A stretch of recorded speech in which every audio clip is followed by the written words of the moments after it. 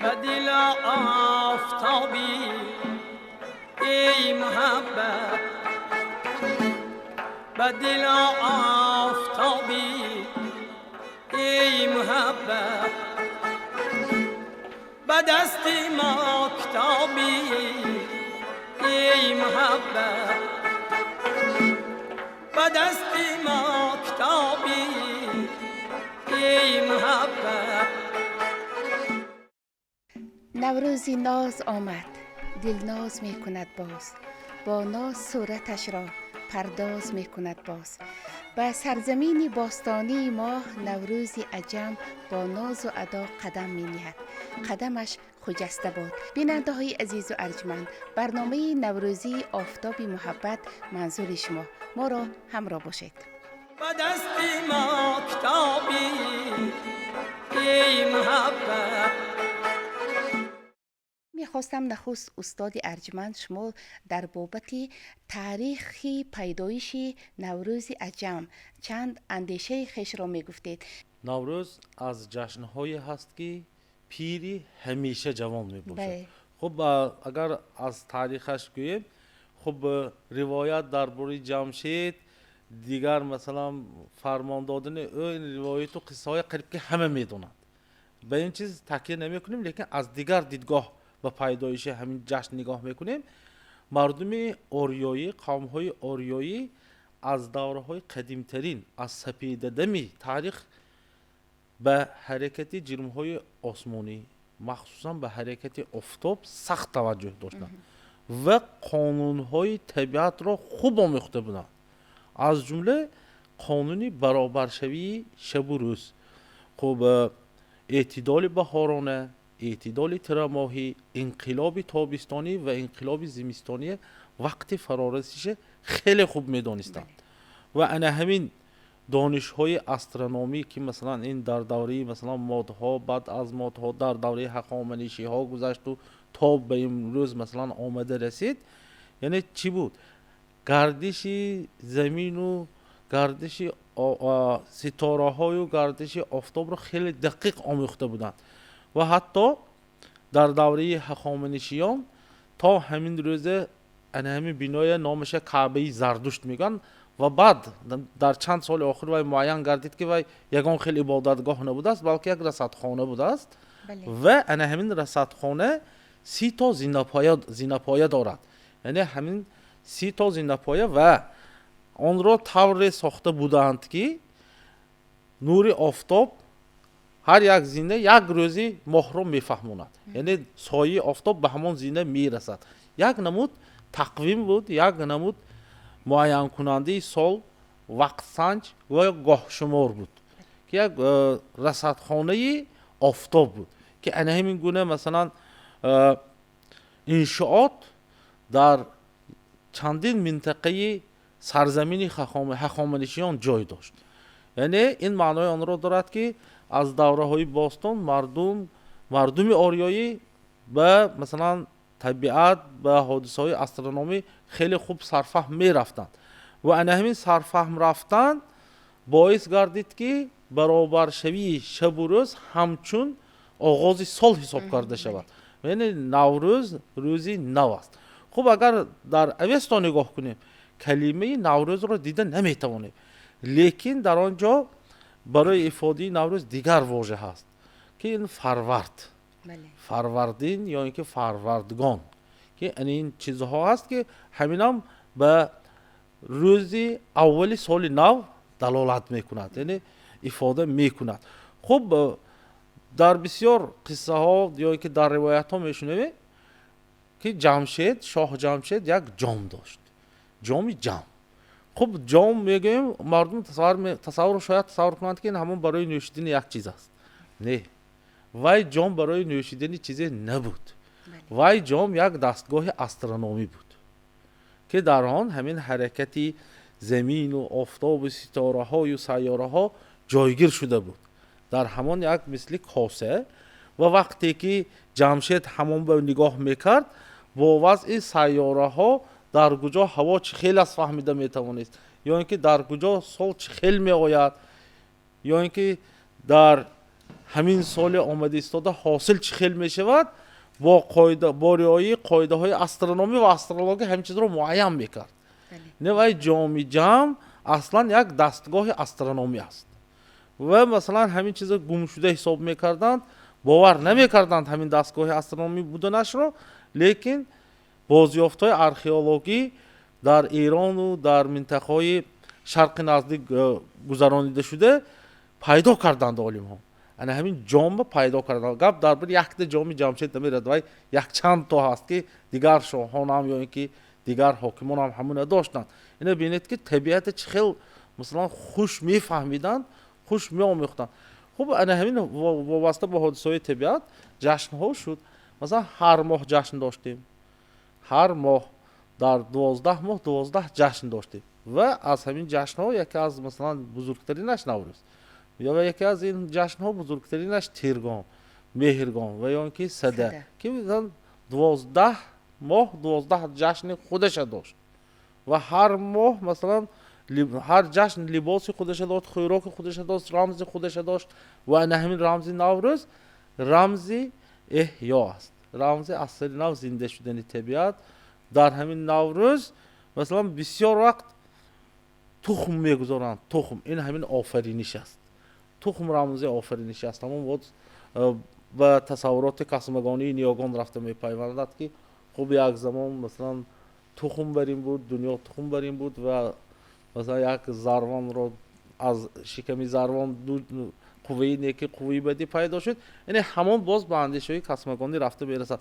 خب خلاصه کردگی از روی تحقیقات آخران خب 6000 سال گفته میتونیم تاریخ نوروز رو. بله.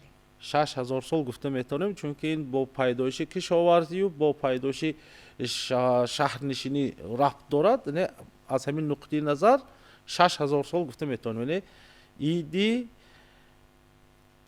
هم از نقطه استرونومی معین شده و هم ایدی کشاورزان. آفرین، سلامت باشید استاد. من نقشی عنعنه‌های نوروزی در شناخت هویت ملی استاد میخواستم در همین بابت اندیشه شما رو فهمیده باشیم. خوشبختانه ما نوروز داریم. امروز در شرایط جهانشوی بسیار تهدید عاقبت‌های منفی جهانشوی رو ما درک میکنیم و در نزد جامعه تاجیکستان و در دیگر جامعه‌های عنعنوی مسئله ایستاده است که حل آنها رو ما باید که جستجو کنیم. این آن است که چگونه ما در همین شرایط هویت ملی رو حفظ کرده توانیم. در برابری آن ما باید زمانوی شویم. این مسئله که مسئله خیلی مبرم به حساب می رود و همین اگر ما با نوروز مراجعت کنیم اگر میبینیم که هر دو همین جبهه در نهاد همین جشن وجود دارد. چون اگر ما نوروز همچون عنعنه که هزارها سال این جانب زنده تا امروز عنعنه های وی عمل میکند گوییم همچون عنعنه، لیکن در نهاد نوروز نوگانی است. در نهاد نوروز یک اشاره به ایجادکاری نوگانی سازندگی وجود دارد که شاید همین نوروز غایی نوروز برای حل اون مسائلی که در نزد جامعه تاجیکستان ایستاده است رول اساسی را اجرا نماید. امروز نوروز گویا که از نو با وطن اصلی خود برگشتگی بر این احساسات پیدا می شود. چون اگر مردم خود در محل ها در عائله ها آن را قید کنند، امروز نوروز پشتیبان دولتی را پیدا کرد در همین دستگیری حکومت و در سطح حکومت آن چی کرده می شود، قید کرده می شود که این یک نوع که احیای نوروز هم حساب کرده ممکن این حادثات را. و برای من گمان میکنم که در همین شرایط جهان شوی نوروز این یک سپری است که ما را میتواند هم از نقطه نظر هویت حفظ نماید و ما را چی کند به سوی نوآوری هدایت نماید. با دستی ما کتابی ای محبت. من میخواستم که در بابت سنت های نوروزی شما چند حروفی میگفتید. البته نوروز با سنت هایش زیبا است. امروز ما میبینیم که پیر و برنا نوروز را چون یک گوهری که چشم نگه داشته نه تنها در خاندان بلکه در تمام گوشه و کنار تاجیکستان و بیرون از آن در جهان امروز قید میکنند و همین سنت های ملی ما به جهان رفته است. مرحمت. نوروز در حقیقت جشن قدیمه است و از قدیمه باستانی و عنعنوی خلق تاجیک، یعنی از روز اولی سال شماری شمسی به 21 مارت سال شماری میلادی راست می آید. یعنی نوروز رو در بعضی جایها همچون عید سری سال نیز میگویند. بعد نوروز یعنی این برابر شدن شب و روز، احیا گردیدن طبیعت، یعنی به موسم کشت و کار آغاز کردن دهقانان می باشد و در کتاب های تاریخی به مانند نوروزنامه عمر خیام فیلم ابو ریحانی بیرونی آمده است که در دور قدیم نوروز را در هر گونه شکل‌های گوناگون تجلیل می‌گرفتند. نوروز یکی از جشن‌های پسندیده ترین خلق‌های آریان نژاد به حساب می‌رود و مردمان قدیم چیکار می‌کردند؟ پیش از تجلیل کردن جشن نوروز خانه دری خود را، کاشانه خود را سفید می‌کردند، سر و لباس کهنه خود را از تیره‌ی خانه بیرون می‌کردند و لباس‌های نو را به بر می‌کردند. این از آن شباهت می‌دهد که این یک رمزی که با سال آینده نوروز را با یک نیت نیک، با یک فرخندگی باز تجلیل گیرند و سنت‌های نوروزی حتما به مانند سومنک پزی که با بیبیان ما و آنها در همین موسم سومنک می‌پزند، دسترخوان ایدانه به مانند 7 سین و 7 شین آرام می‌دهند که این رمزی هفت این یک در عرفیت گذشتگان ما همچون رمزی فرخنده بود و با این رمز دسترخوان خود را آرام دادند و دسترخوان نوروزی از همه دسترخوان پرغنی‌تر به حساب می‌رود.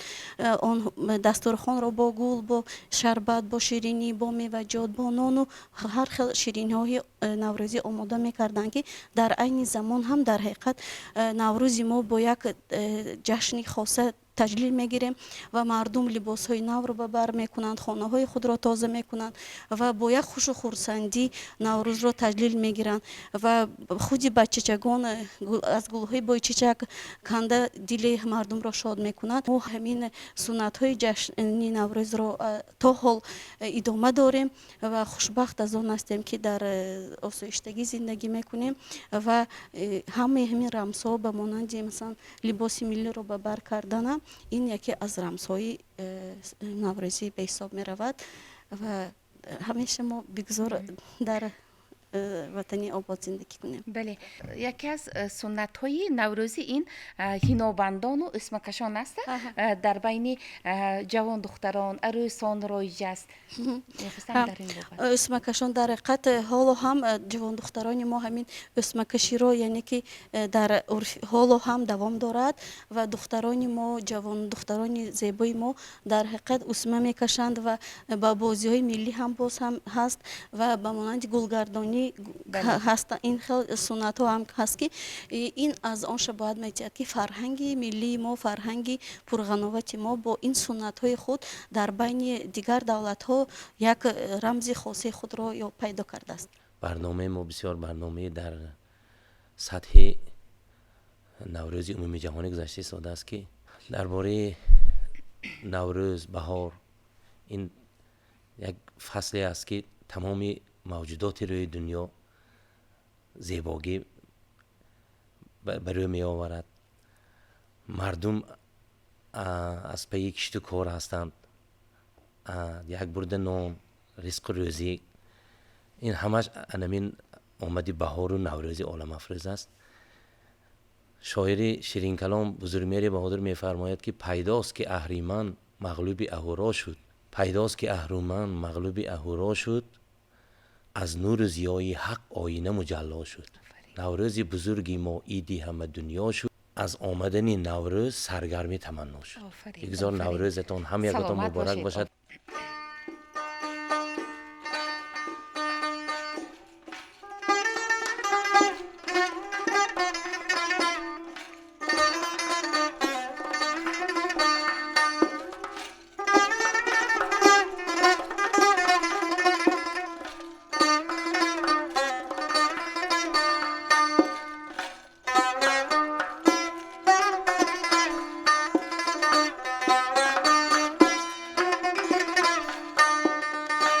بهار آمد بیا گل چیده چیده، بیا این نو نهالی قد رسیده. بهار آمد بیا گل چیده چیده، بیا این نو نهالی قد رسیده. برایم باغی گل ها چون قفس شد، قدی سروی بلندت را ندیده، قدی سروی بلندت را ندیده. برایم باغی گل ها چون قفس شد، قدی سروی بلندت را ندیده، قدی سروی بلندت را ندیده.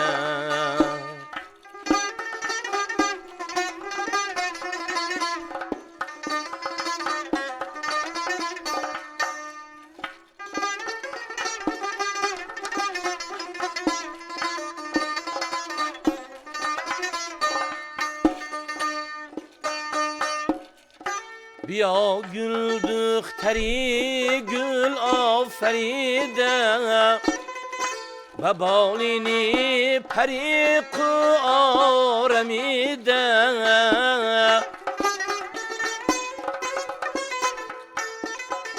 بیا گل دختری گل آفریده، و بالینی پریق آرمیده.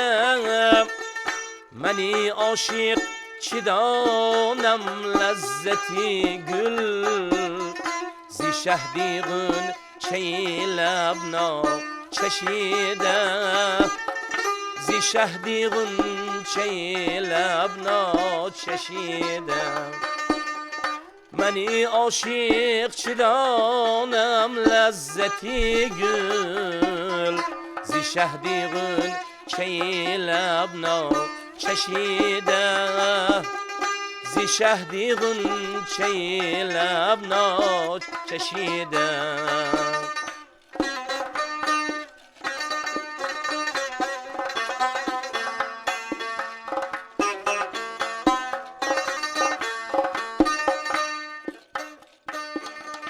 بهار آمد بیا گل چیده چیده، بیا آهی دلی بلبل شنیده.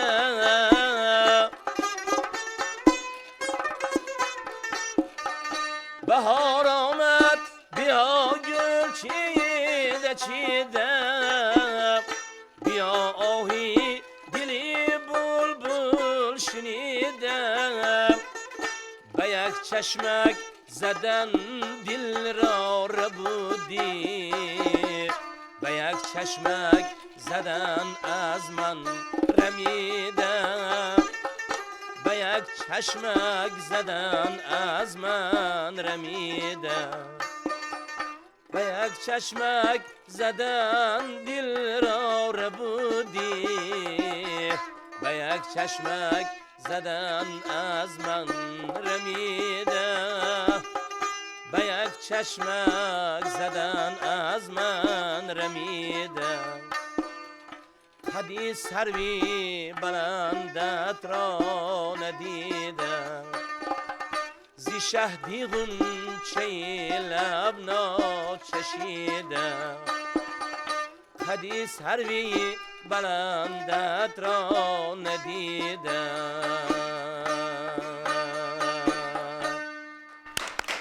سلامت باشید. و دستی ما کتابی ای محبت.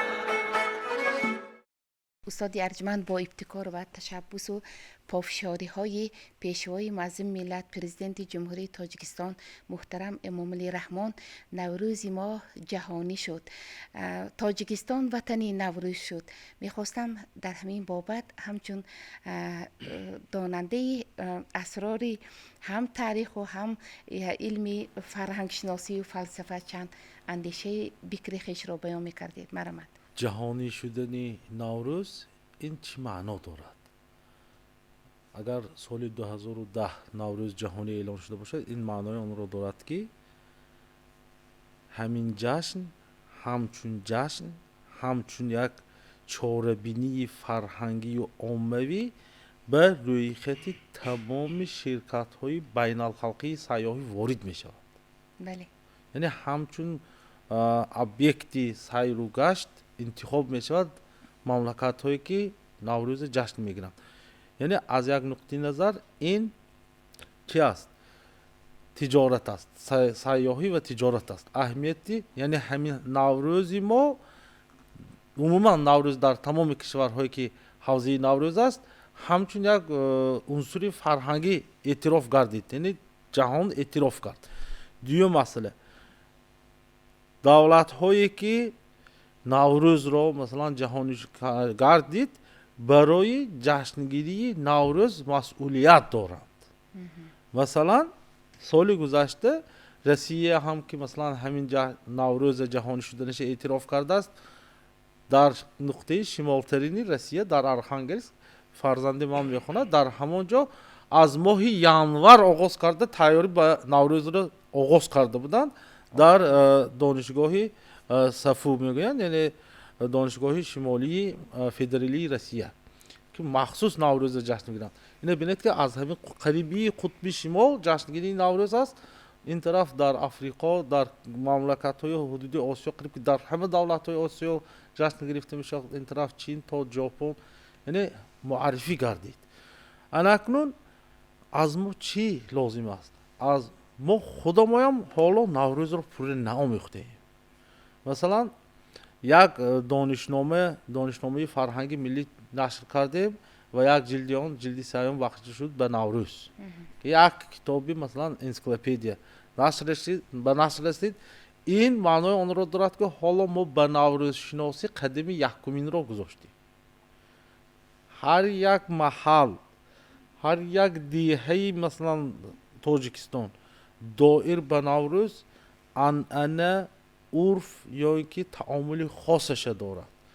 مثلا در یک دهه ناحیه اشت، در دهه قدس یک تام هست، در دیگر جای تاجیکستان همین نمیپزند، در همین دهه میپزند. خلاص نامش جواری مکه‌ای بشیر، جواری مکه را در شیر میپزند و همین طعام را مخصوصا همین قشری معین جامعه و همین آماده میکنند.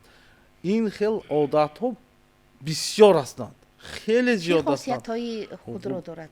یعنی مثلا طعام در نظر دارید، یعنی معنایش همین که وقتش رو میدهد، یعنی سر تخم سر فرزند میشود، یعنی خیلی برای وقتش یافتنش است. نه یعنی همین گونه عادت ها در هر یک دهه ها هست. متاسفانه امروز بسیارش از سبب جهانی شوی، از سبب رشد اینترنت، از سبب شهری شوی، از سبب مثلا توجه نکردن به گمشوی آورده است، روی به گمشوی آورده است. و این ببینید که جهانی گردیدن نوروز در تاجیکستان رسما جشن اعلان شدنش که قبلا از این بود، یک راه نشان میدهد برای حفظ کردن این ارزش ها، برای حفظ کردن هر یک عنعنه، هر یک مثلا تعاملی که وابسته به نوروز است. یعنی یک راه رو میکشد برای تحقیقات من بعد این نوروز. دین جهانی شد، ما میفخریم.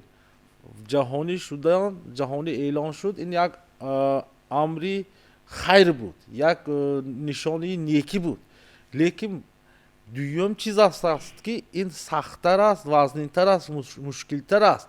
ما همین سطح جهانی نگاه داشته توانستیم برای این پیش از همه ما باید نوروز شناسیم.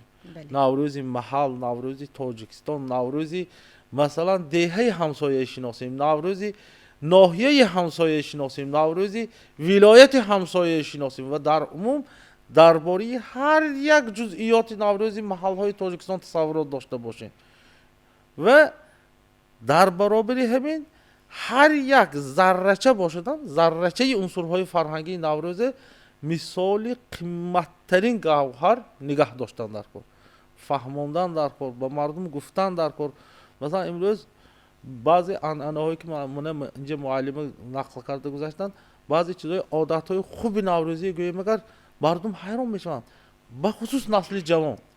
برای نورسان اگر ما گوییم یا که با جوانان گپ زنیم گرم حیران میشن، گویا که با اونها یک آمریکایی نو کشف کرده دنیا که همین مثلا بیبی و باباهای ما داشتن، ما خودمون داشتیم.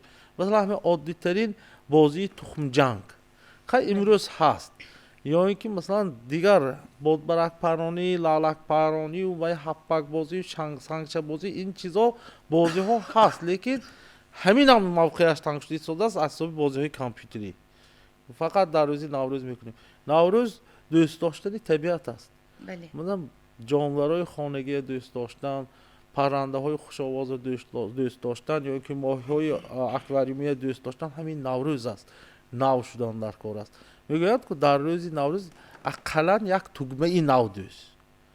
یعنی اینا معناش همین که تو سال نو از چیزی نو آغاز کن.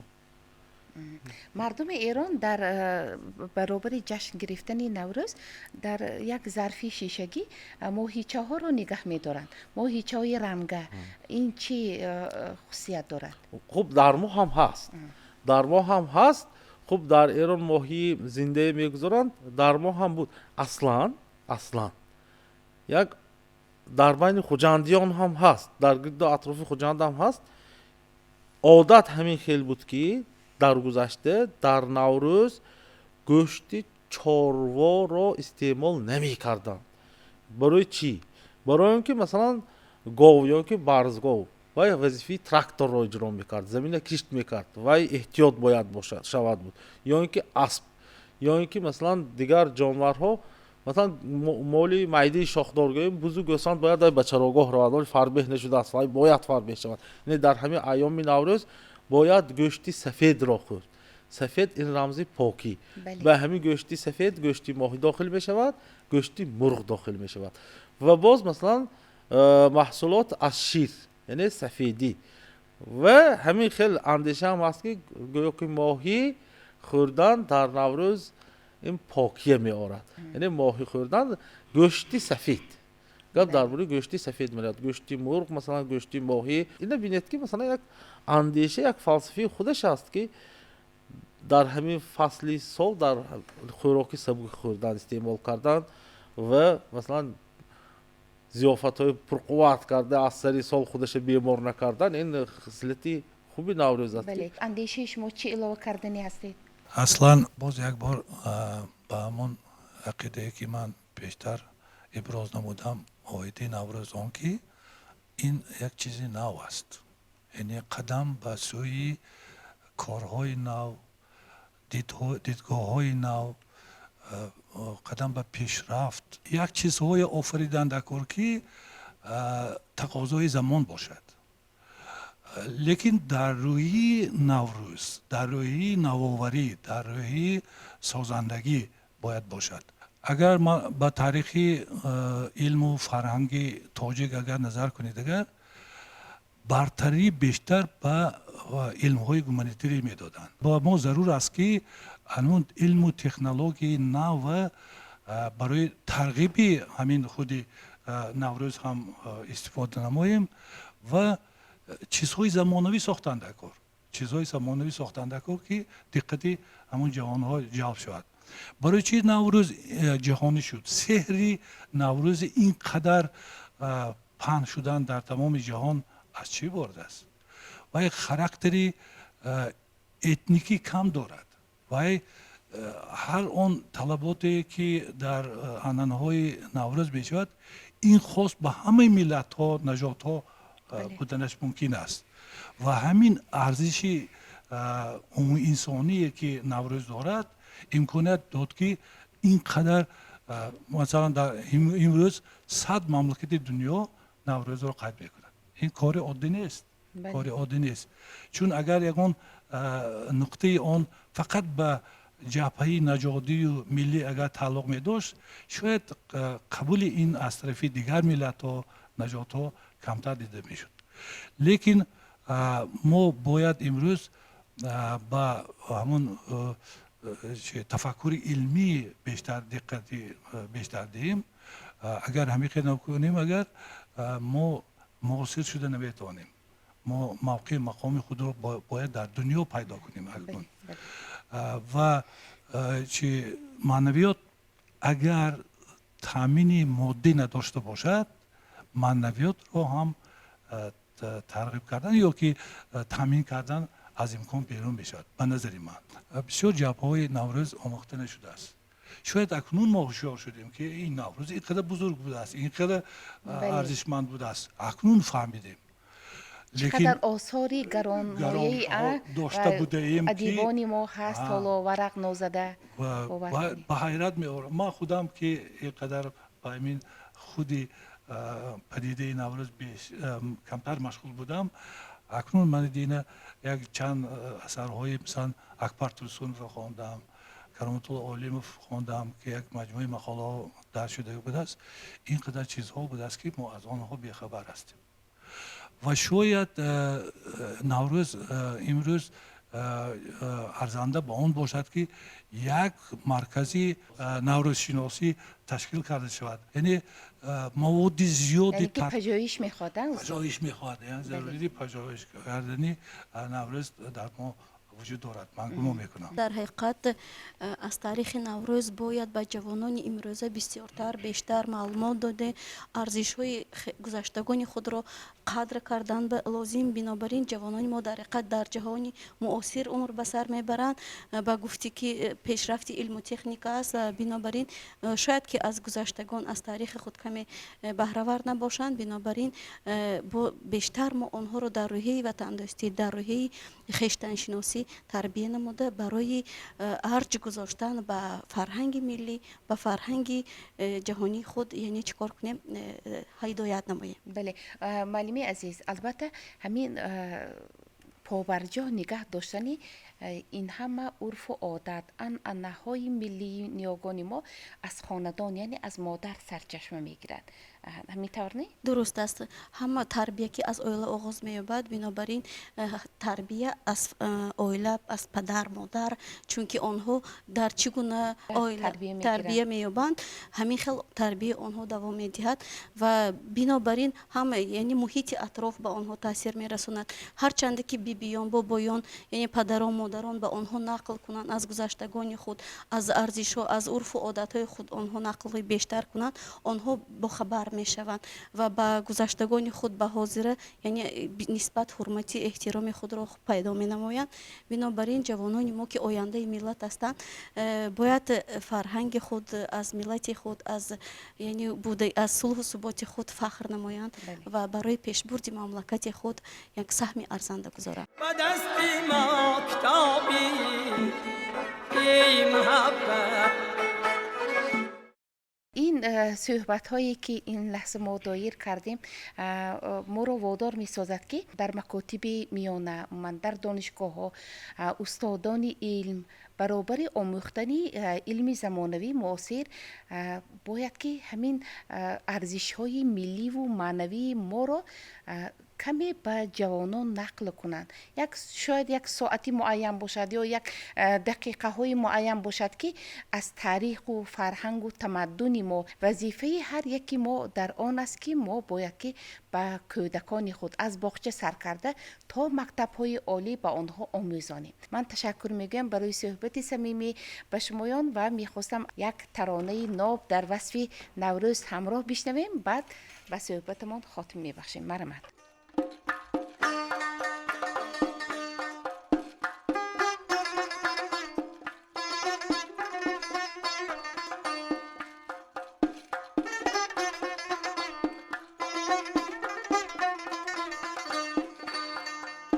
ای مرغی سحر تو را مبارک گویم، با مژده بی بها مبارک گویم.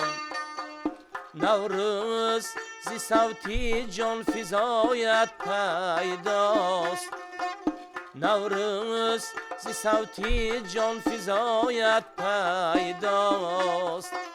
از عاشق رهپا مبارک گویم، از عاشق رهپا مبارک گویم گلمی بلبلمی این روز مبارک بر شما گلمی بلبلمی نوروز مبارک بر شما این روز مبارک بر شما نوروز مبارک بر شما این روز مبارک بر شما نوروز مبارک بر شما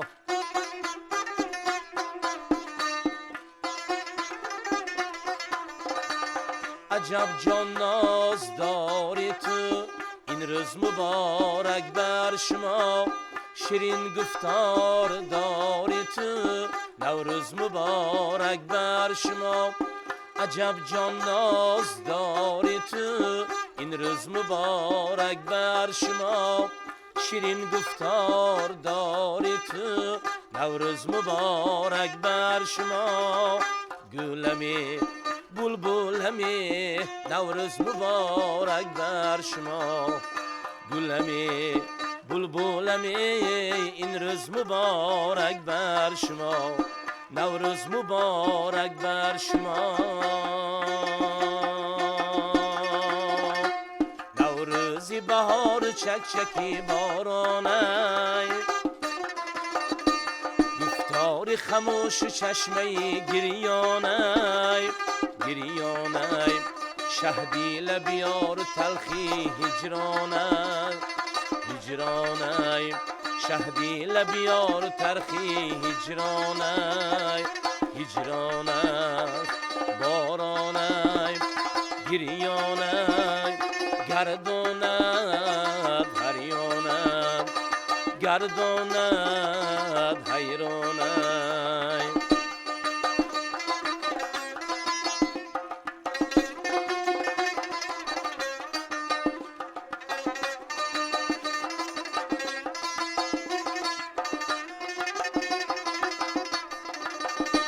بیمار غمی تویم طبیبی که شوی از هجر تو خستیم حبیبی که شوی با بوی گل روی نکو لبتر با بوی گل روی نکو لبتر ای سیبک خوبان نصیبی که شوی ای سیبک خوبان نصیبی که شوی نوروزی بهار چکچکی بارانه بارانه گفتار خموش چشمه گریانه گریانه شهدی لبیار تلخی هجرانه هجرانه بارانه گریانه گردانه حیرانه گردانه حیرانه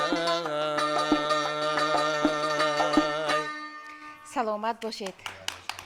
جهانی سپاس برای اینقدر اندیشه های بیکر، برای اینقدر صحبت های جالب. من فکر میکنم که در آینده ما در برنامه های بعدی باز در بابت فرهنگ و آیین های ملی با شما هم صحبت میشویم و باوری هم دارم که جوانان ما که ریشه پیوند هستند از عمق تاریخ که همین نوروز ما آمده است آن را به قلب خود جا میکنند و به آینده های ملت بیگزند برده میرسانند. بیننده های عزیز و ارجمند، اینجا رسیدیم به فرجام برنامه. تمنا میکنیم که نوروزتان فیروز باشد. بگذار نوروز امساله به کاشانه شما آفتاب آورد، به خاندان شما شادی های روز افزون خویش را هدیه نماید. تا دیدن دیدار سربلند و سعادتمند باشید. به دل آفتابی ای محبت، به دل آفتابی ای محبت، به دست ماکتابی ای محبت، به دست ماکتابی ای محبت.